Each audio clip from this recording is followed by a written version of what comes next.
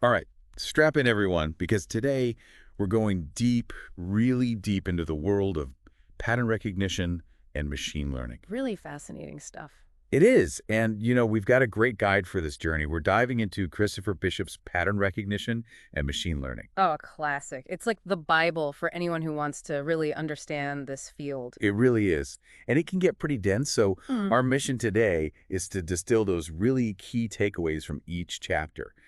Help you really grasp the essence of it, and we'll try to sprinkle in some real-world examples along the way to make sure everything clicks. Yeah, because let's face it, all those formulas and equations can get a bit overwhelming if you don't see how they actually apply in practice, right? Absolutely.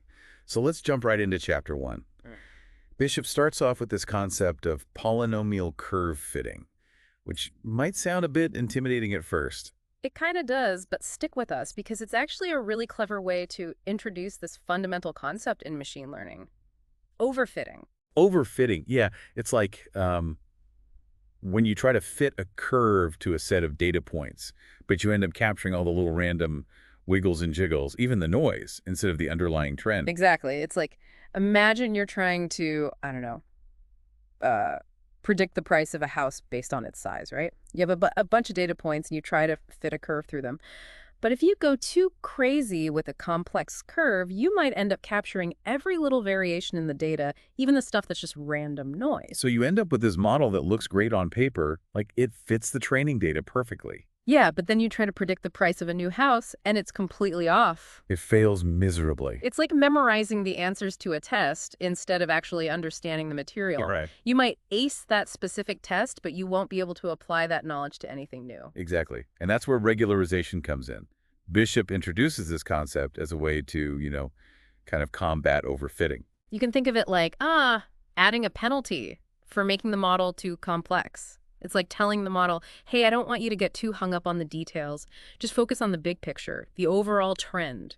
So it's all about finding that sweet spot, right? Yeah. Like balancing complexity with generalization. Exactly. We want a model that's complex enough to capture the important patterns in the data, but not so complex that it starts memorizing the noise. Right. Now, to help understand how we even know what a good fit is, Bishop brings in probability. Probability. The heart of it all. Yeah, and he uses a simple example. I think it was a fruit box to illustrate Right, this. I remember that. It's like imagine you have a box filled with apples and oranges. We don't know the exact ratio, so we make an initial guess based on, maybe what we've seen in the past, our prior belief. Right, a prior belief. And then as we start picking out fruit from the box, we update our belief based on what we observe. Right, so if we pick out like 5 apples in a row. We might start to think, maybe there are more apples in this box than we initially thought. Exactly. And that's Bayesian probability in a nutshell. It's about updating our beliefs as we get more It's evidence. not about being right or wrong initially, but being open to changing our minds as we learn more. Absolutely. And this Bayesian framework is super important in machine learning because it allows us to incorporate prior knowledge and also quantify uncertainty. Uncertainty is a big one. Okay, so we've got overfitting, Bayesian probability, and then Bishop throws another curveball. The curse of dimensionality. Ooh, yeah, that one can be a bit tricky to wrap your head around. It is. So can you try to break this down for us? Okay, so imagine you're searching for something, like say you lost your keys. Now, if your keys are somewhere along a straight line, it's pretty easy to find them, right? Right, just search along the line. But what if your keys could be anywhere in a room? Gets a little harder. Yeah. And what if they could be anywhere in a giant warehouse? Oh man, that would be a nightmare. Exactly. That's the curse of dimensionality in a nutshell. As the number of dimensions increases, the amount of data we need to accurately represent that space grows exponentially. And it makes it much harder to find what we're looking for. Right. And in machine learning, this means we need to be careful about using too many features, especially when we have limited data. Otherwise, our models can become really complex, slow to train, and prone to overfitting. It's all about finding that sweet spot again, balancing the number of dimensions with the amount of data we have. Right, makes sense. So we've tackled overfitting, Bayesian probability, and the curse of dimensionality. Anything else chapter 1 throws at us? Well, there's the question of how we actually make decisions based on all this information, which is where decision theory comes in. Decision theory, right. Right. So it's about making choices when faced with uncertainty, Yeah, right? exactly. Like imagine you're a doctor and you have to decide on a treatment plan for a patient. You have to consider their symptoms, medical history, test results, all that stuff, and then weigh the potential risks and benefits of different treatment options. High stakes. Very high stakes. And decision theory provides a framework for making the best decision possible, given all the information you have, even when there's uncertainty. It's like making the best bet possible, even when you don't have all the answers. Exactly. And it has applications in lots of fields, not just medicine. Finance, robotics, even self-driving cars. Wow, so it's about making optimal choices in all sorts of situations. Exactly. And then there's one more concept that Bishop touches upon in Chapter 1, entropy. Entropy. I remember this one being a bit mind-bending when I first encountered it. It can be, but it's a fascinating concept. It is. So what's a good way to think about entropy? Well, it's essentially a measure of disorder or uncertainty in a system. Disorder, okay. So, like, imagine you're trying to guess the outcome of a coin toss. Okay. If the coin is fair, it could be heads or tails with equal probability. There's a lot of uncertainty, right? Right, you have no idea which way it's going to land. Exactly. But if you know that the coin is biased and always lands on heads, then there's no uncertainty. Right, you know the outcome for sure. And that difference in uncertainty is reflected in the entropy. High uncertainty, high entropy. Low uncertainty, low entropy. So it's like the more surprised we are by an outcome, the higher the entropy. Exactly. Okay, that makes it a little bit more intuitive. So Chapter 1 lays out some really fundamental concepts.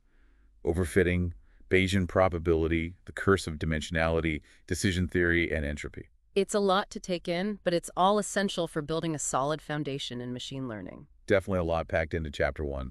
And now I'm ready for Chapter 2. Okay, let's dive in. Chapter 2 takes us into the fascinating world of probability distributions. I have a feeling we'll be seeing a lot of bell curves in this chapter. Oh, you bet. Get ready for the Gaussian distribution. Welcome back for more. Ready to keep exploring the world of machine learning. Definitely. My brain is still processing all those concepts from Chapter 1, but I'm eager to see what Chapter 2 has in store. Especially intrigued by the idea of probability distributions. Yes, the heart of so much in machine learning. And you can't talk about probability distributions without mentioning the star of the show, the Gaussian distribution. The famous bell curve. It's everywhere. So why is it so important in this field? What makes the Gaussian so special? Well, for one thing, it's incredibly common in the real world. Think about it. So many things follow this bell-shaped pattern. Like what? Give me some examples. Okay, so like heights and weights, right? Right. Most people are clustered around the average with fewer people at the extremes. Right, makes sense. Or test scores, most students score somewhere in the middle, and then you have a few really high scorers and a few really low scorers. I see, yeah. Measurement errors, those often follow a Gaussian distribution too. And there's a deeper reason too. It's this thing called the central limit theorem. Okay, the central limit theorem, I've heard of that, but... It's basically saying that if you take a bunch of independent random variables and add them up, their sum will tend to follow a Gaussian distribution, even if the individual variables themselves don't. So like no matter what the individual distributions look like, if you combine enough of them, it starts to look like a bell curve. Exactly. And that's why the Gaussian is so powerful. It pops up everywhere. Pretty amazing. Okay, so it's common, it's powerful because of this central limit theorem. But Bishop also talks about its limitations, right? Right, because not everything in the world follows a perfect bell curve, unfortunately. Like what? What are some examples where the Gaussian might not be the best fit? Well, let's say you're looking at sales data for a product, right? You might see spikes in sales during holidays or maybe when there's a big promotion going on. So you'd have multiple peaks in the distribution, not just one smooth bell curve. Exactly. A single Gaussian wouldn't be able to capture that kind of complexity. Right. So what do we do in those cases? That's where latent variables come in. Latent variables, I remember we touched upon those earlier. They're those hidden factors that we can't directly observe, but that influence the data we see. So in our sales data example. Latent variables could represent things like seasonality, advertising campaigns, changes in consumer preferences, all sorts of things that might be driving those sales patterns. So by introducing these latent variables, we can build more flexible models that capture the underlying structure of the data, even if it doesn't fit a neat bell curve. Exactly. And Bishop goes into detail about different types of models that use latent variables, like Gaussian mixture models and linear dynamical systems, which are super cool. Okay, so we've covered the Gaussian, we've got latent variables. What else is lurking in Chapter 2? Oh, just a whole family of distributions called the exponential family. They're a really important group. Okay, the exponential family. Anything special about them? Yeah, they have some really neat properties that make them super useful in Bayesian analysis and machine learning, like this thing called conjugate priors. Conjugate priors, right? I always think of those like finding the perfect matching puzzle piece. Haha, that's a great analogy. Basically, when you have a conjugate prior for a specific likelihood function, the posterior distribution has the same form as a prior. So it's like they're speaking the same language. Yeah. Makes the math a lot smoother. Exactly. It simplifies things and leads to elegant solutions. And because of this, the exponential family is super handy for Bayesian machine learning. Okay, that makes sense. But what if we don't want to assume any specific distribution for our data? Like, what if we want to let the data speak for itself? Ah, good question. That's when we turn to non-parametric methods. Non-parametric, so we're not limited by those fixed parameters. Right, and Bishop talks about methods like kernel density estimation. Kernel density estimation, now that rings a bell. It uses the similarity function, right? Exactly. Instead of assuming a shape for the distribution, it estimates it based on the data itself. It's like grouping objects based on how similar they are without forcing them into a predefined category. Ah, so it's a more data-driven approach. Exactly. And that wraps up our journey through Chapter 2. We've covered the Gaussian distribution, latent variables, the exponential family, and even touched upon non-parametric methods. My brain is definitely getting a workout, but in a good way. I'm ready to see where Bishop takes us next. What's up in Chapter 3? Well, now that we have a good grasp of probability distributions, it's time to see how we can actually use them to make predictions. Chapter 3 dives into the world of linear models for regression. Regression, okay. So we're talking about predicting a continuous value, right? Like predicting the price of a house or the temperature tomorrow. Exactly. And linear models are a simple but surprisingly powerful way to do that. Okay, here we are, part 3 of our deep dive. I'm feeling pretty energized after that last chapter. Me too. It's amazing how much depth there is to this field, and we're not done yet. Nope, still a lot more to explore. So where are we headed in Chapter 7? Well, Chapter 7 introduces us to this concept of sparsity, which is a really important idea in machine learning. Sparse, is that like when you only have a few ingredients left in your fridge? Haha, not quite. In machine learning, sparsity means creating models that rely only on a small subset of the available data or features. It's like finding the most essential pieces of the puzzle and ignoring the rest. So it's like decluttering our model, making it leaner and more efficient. Exactly. And this has some really cool advantages. Sparse models tend to be faster, easier to interpret, and less prone to overfitting. Overfitting again. That seems to pop up everywhere. It does. It's a constant challenge in machine learning. But sparsity can help us tame it. And one of the most popular examples of a sparse model is the support vector machine, or SVM. SVMs, right. I've heard of those. They're used for both classification and regression, right? Yeah, that's right. And they're all about finding the best boundary that separates different categories. And by best, we mean the boundary that maximizes the margin between the categories. Exactly. It's like creating a buffer zone. So even if there's some noise or outliers in the data, the model is less likely to make mistakes. So it's more robust. I like that. But what if the data isn't perfectly separable? Like, what if there's some overlap between the categories? That's a great question. And that's where slack variables come in. They allow for a bit of flexibility. It's like acknowledging that real-world data is rarely perfect, and we need to give our model a little wiggle room. So it's finding a balance between maximizing the margin and allowing for a few misclassifications. Precisely. Now, Bishop also talks about how SVMs can be used for regression, too. Oh, right. So instead of finding a boundary, we're finding a function that fits the data well. Exactly. And then he introduces another type of sparse kernel machine called a relevance vector machine, or RVM. Okay, RVMs, those are new to me. How are they different from SVMs? RVMs are really interesting because they take a more probabilistic approach. They use Bayesian inference to figure out which data points are the most relevant for making predictions. So they're not just drawing a line, they're also giving us a measure of uncertainty. Exactly, which is super helpful in a lot of real-world scenarios. So yeah, Chapter 7 is all about finding those essential pieces of information and using them to build more efficient and robust models. I'm sensing a theme here: efficiency and robustness. Okay, Chapter 8, what's next? Chapter 8 takes us into the world of graphical models, which are a really cool way to visualize and analyze relationships between variables. Graphical models, so we're talking actual visuals here. like diagrams. Yeah, exactly. Think of it like drawing a map of how different factors are connected to each other. Okay, I can visualize that. So what kind of maps are we drawing? Well, there are two main types: directed and undirected graphical models. Okay, so directed, undirected, what's the difference? Directed models, also called Bayesian networks, are all about cause and effect. They show how one variable directly influences another. So like if A causes B, we draw an arrow from A to B. Exactly. And undirected models, also called Markov random fields, are more about correlations. They show that two variables are related, but without saying which one causes the other. Got it. So directed for cause and effect, undirected for correlations. Right. And a key concept in both types of models is conditional independence. Conditional independence. That rings a bell.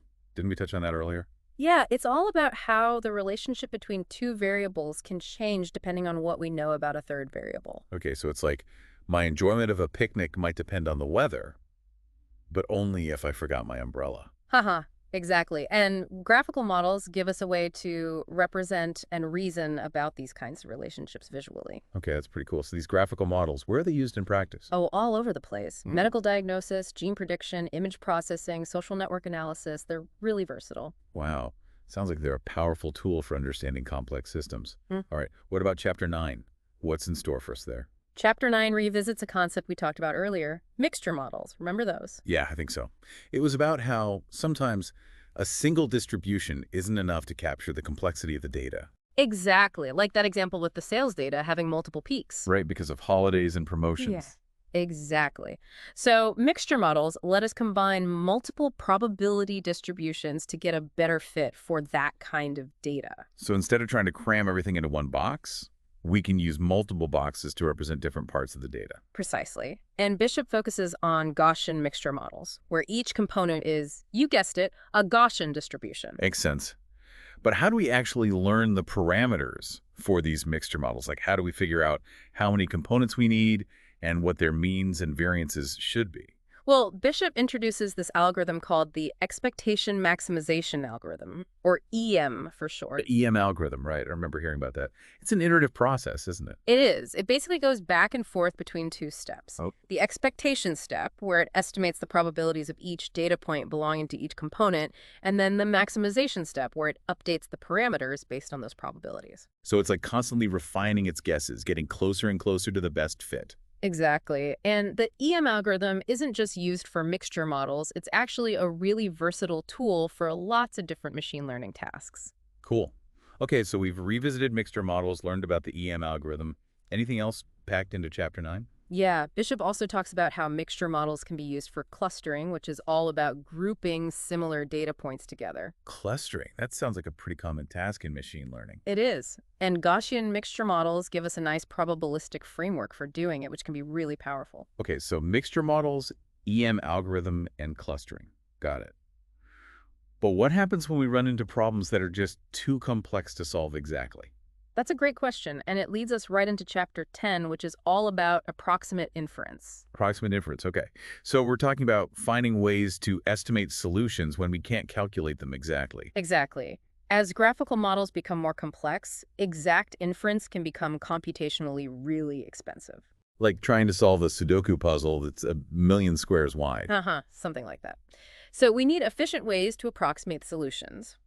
And Bishop talks about two main approaches: variational inference and expectation propagation. Okay, can you break those down a bit for me? What are the main differences?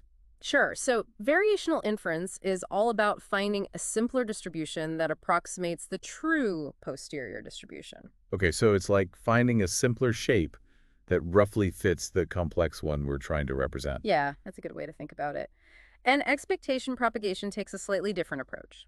It tries to approximate the true posterior by iteratively refining a bunch of simpler distributions. So it's like starting with a bunch of rough sketches and then gradually adding details until we get a better overall picture. Exactly. And both of these methods are really useful when we're dealing with large data sets and complex models where exact inference would just take too long. Right, so it's all about finding those clever shortcuts. Okay, approximate inference, got it. What's next? Well, in Chapter 11, Bishop takes us into the world of sampling methods. Sampling methods. Okay, so we're talking about like drawing random samples from a distribution to learn something about it. Exactly. It's like trying to understand the population of a city by talking to a random sample of people. I like that analogy. Makes sense. And sampling methods are super useful for approximating expectations, generating samples from really complex distributions, and even doing Bayesian inference. And I see Bishop starts with something called importance sampling. Right. Importance sampling is a way to estimate an expectation with respect to one distribution, let's call it the target distribution, by using samples from a different distribution called the proposal distribution. Okay, so we're using a stand-in distribution to learn about the one we're actually interested in. Exactly. And by weighting the samples in a clever way, we can account for the differences between the two distributions. So it's a way to kind of correct for the bias introduced by using a different distribution. Precisely. Now, Bishop also introduces another class of sampling methods called Markov chain Monte Carlo methods, or MCMC for short. MCMC, I've heard of those, but they always sounded kind of mysterious. They can be a bit tricky at first, but they're incredibly powerful. The basic idea is to construct a Markov chain whose stationary distribution is the target distribution we're interested in. Okay, remind me again, what's a Markov chain? A Markov chain is a sequence of events where the probability of each event depends only on the previous event. It's like having a short-term memory, only the most recent event matters. Ah, okay, I remember now. So in MCMC, we designed this Markov chain to sort of wander around the space of possible values, and eventually it settles into a pattern that matches the target distribution. So it's like taking a random walk, but with a purpose. Uh-huh, exactly. And there are lots of different MCMC algorithms, each with its own quirks and strengths. Okay, so importance sampling and MCMC methods, got it. What's up next? Well, in Chapter 12, Bishop takes us deeper into the world of latent variables, specifically continuous latent variables. Continuous latent variables. Okay, so instead of just having discrete categories like red or blue, we can have variables that can take on any value within a range. Exactly, like height, weight, temperature, things like that. Right, makes sense. So how do we model those kinds of variables? Well, Bishop introduces two important models: probabilistic principal component analysis, or PPCA, and factor analysis. Okay, PPCA and factor analysis. Can you give me the rundown on those? Sure. So PPCA is like a probabilistic version of principal component analysis, or PCA. It's all about finding a lower dimensional representation of the data, but it also takes uncertainty into account. So it's like PCA, but with a little more nuance. Exactly. And then factor analysis is about discovering those hidden factors that explain correlations between observed variables. So it's like trying to figure out the underlying causes that are driving the patterns we see in the data. Exactly. And both of these models are really useful for understanding the structure of complex data and making predictions. Okay, PPCA, factor analysis, got it. Anything else in Chapter 12? Yeah, Bishop also talks about how to deal with missing data when you're working with latent variable models. Missing data, right. That's a pretty common problem in real-world data sets. It is, and it can really mess things up if you just ignore it. But latent variable models give us a nice framework for handling missing data in a principled way. So instead of just throwing out data points that are missing values, we can use these models to kind of fill in the gaps based on the other information we have. Exactly. It's like completing a puzzle, even when you're missing a few pieces. I like that. Okay, missing data. Got it. What's next? Well, Chapter 13 takes on a really important type of data: sequential data. Sequential data. So we're talking about data that unfolds over time. You got it. Think of things like stock prices, weather patterns, the words in a sentence. The order of the data points matters. Right. It's not just a random collection of data points. Exactly. And modeling sequential data effectively requires special techniques that can capture those temporal dependencies. Makes sense. So how do we approach that? Well, Bishop starts with Markov models, which are a simple but surprisingly powerful framework for representing sequential data. Markov models, I remember those. They're based on the idea that the future only depends on the present, not the entire past. Right, it's like having a short memory. You only remember the most recent event. So it's a simplification, but it makes things easier to work with. Exactly. And while Markov models are great for some problems, they don't always capture the full complexity of sequential data. Right, because sometimes there are hidden factors that are influencing the sequence of events. Exactly. And that's where hidden Markov models, or HMMs, come in. HMMs introduce these hidden states that generate the observed data. Okay, so it's like there's a secret code underlying the sequence and we're trying to crack it. Exactly. And Bishop talks about how to use HMMs to solve several key problems, like figuring out the probability of a certain sequence, finding the most likely sequence of hidden states, and learning the parameters of the model. Sounds like a powerful tool for deciphering hidden patterns in sequential data. It is, and it's used in all sorts of applications, from speech recognition to bioinformatics. Amazing. Okay, Markov models, HMMs. What else is in Chapter 13? Bishop also talks about linear dynamical systems, which are a more general framework for modeling sequential data with continuous latent variables. So it's like combining the ideas of continuous latent variables and sequential data into one powerful framework. Exactly. And these models are used in lots of cool applications, like tracking moving objects or controlling robots. Okay, so Chapter 13 is all about tackling those sequences. What about Chapter 14, the final chapter? What's the grand finale? Chapter 14 is all about combining models. Combining models, Hmm? like Voltron, but for machine learning algorithms. Exactly. It's called ensemble learning, and it's a really powerful way to improve predictive performance and to handle complex data. So instead of relying on just one model, we're putting together a whole team of models. Right. It's like having a panel of experts, each with their own unique perspective. Makes sense. So what are some of the ways we can combine these models? Well, Bishop talks about committees, which are a simple way to combine predictions by averaging or voting. He also talks about boosting, which is a more sophisticated technique that sequentially trains a bunch of weak learners, each one trying to fix the mistakes of the previous ones. So it's like building a team of specialists, each one focused on a different aspect of the problem. Exactly. And he also discusses tree-based methods, like random forests, which combine multiple decision trees to make predictions. Decision trees, right. I remember those. They're like those flowcharts that help you make decisions based on a series of questions. Exactly. And by combining multiple trees, we can create models that are more robust and accurate. Wow, combining models sounds like a powerful technique. And that brings us to the end of our journey through Christopher Bishop's pattern recognition and machine learning. It's been quite a ride. We've covered so much ground, from basic probability and statistics to complex neural networks and kernel methods. My brain is definitely full, but in the best way possible. Mine too. And hopefully for our listeners out there, this has been a helpful and insightful journey into the fascinating world of machine learning. Remember, this is a field that's constantly evolving, with new discoveries and applications emerging all the time. Exactly. So keep learning, stay curious, and who knows, maybe one day you'll be the one making groundbreaking discoveries in this field. Thanks for joining us on this deep dive. We'll see you next time.